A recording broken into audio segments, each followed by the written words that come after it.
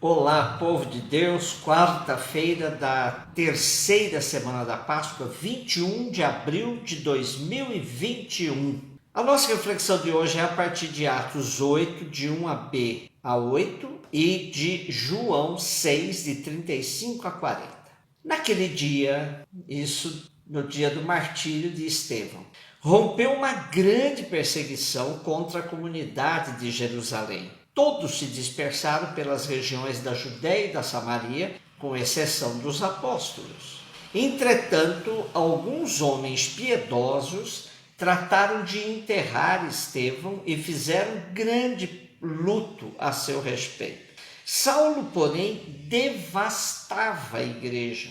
Entrando pelas casas, arrancava delas homens e mulheres e os entregava à prisão.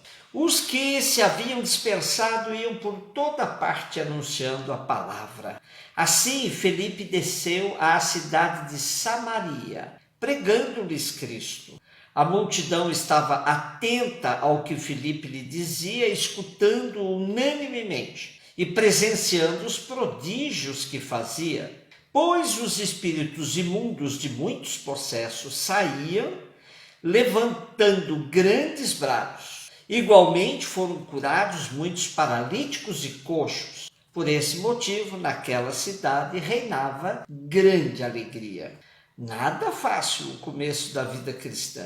As comunidades muito frágeis e a perseguição forte.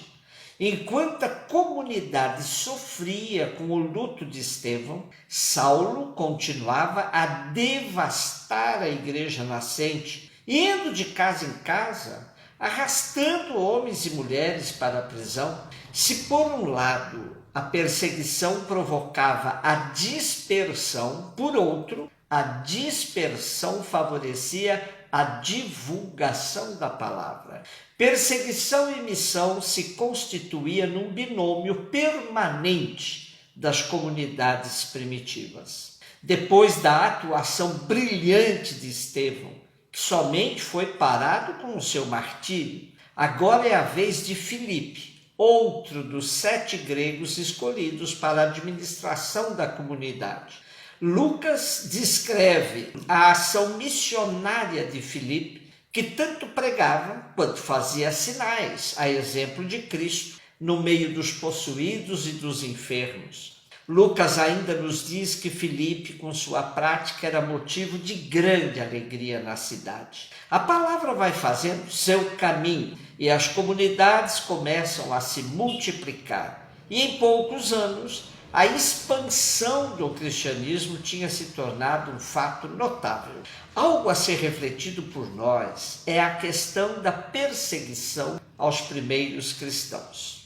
De fato, quem quer viver na prática da justiça, anunciando o reino de Deus, sempre causará incômodo aos que fazem do poder, do dinheiro, da exploração o seu significado central da vida. Quando a igreja deixa de ser perseguida, deixa de ser difamada, é um termômetro que devemos ficar atentos. Será que estamos sendo fiéis ao reino, fiéis a Jesus Cristo?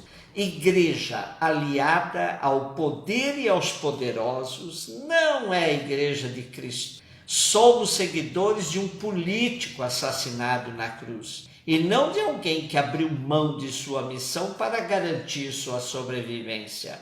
É duro e difícil viver sob o clima da perseguição, mas é um fator vivo e dinâmico da autenticidade da igreja.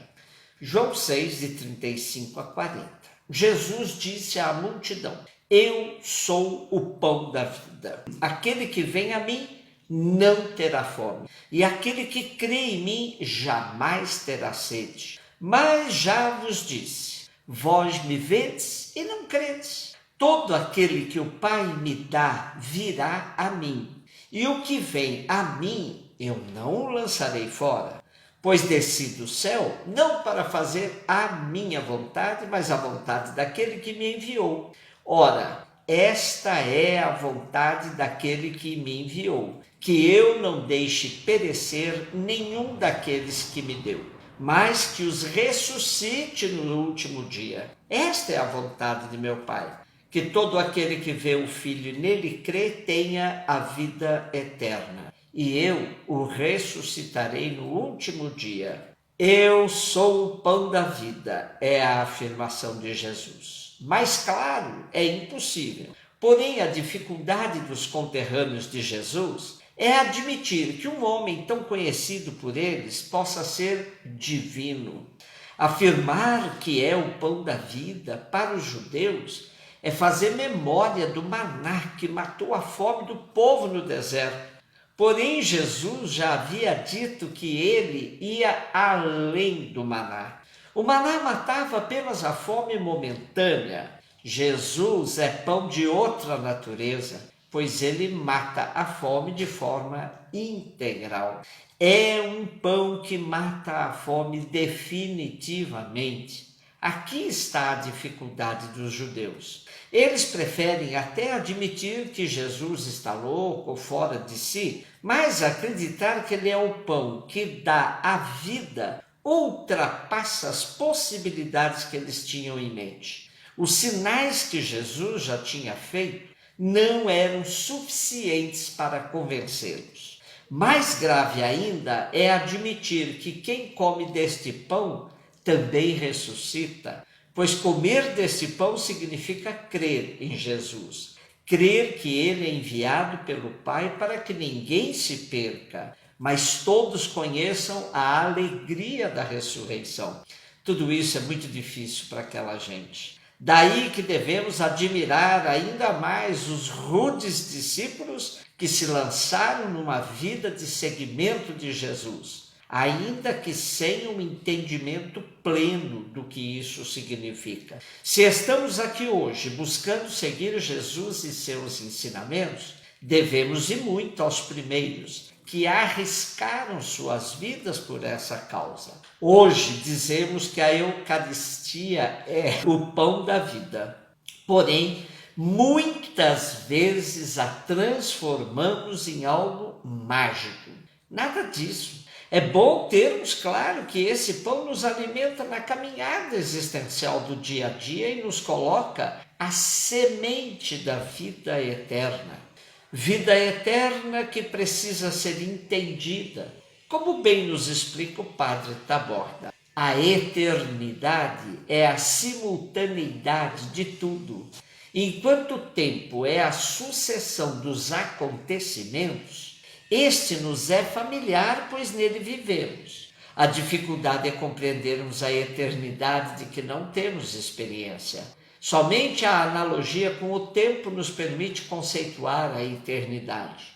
E, mesmo assim, com dificuldade. Para tomarmos consciência da eternidade, seria preciso imaginá-la como uma quarta dimensão, inacessível a nós que vivemos num mundo de 3 dimensões. O que acontece na celebração eucarística e em toda celebração sacramental é um encontro entre o tempo e a eternidade. Encontro possível somente na fé. Nela somos contemporâneos da morte e ressurreição de Cristo, como também da plenificação do cosmos, a parousia, porque no pão e no vinho eucaristizados já começou a transfiguração do cosmos.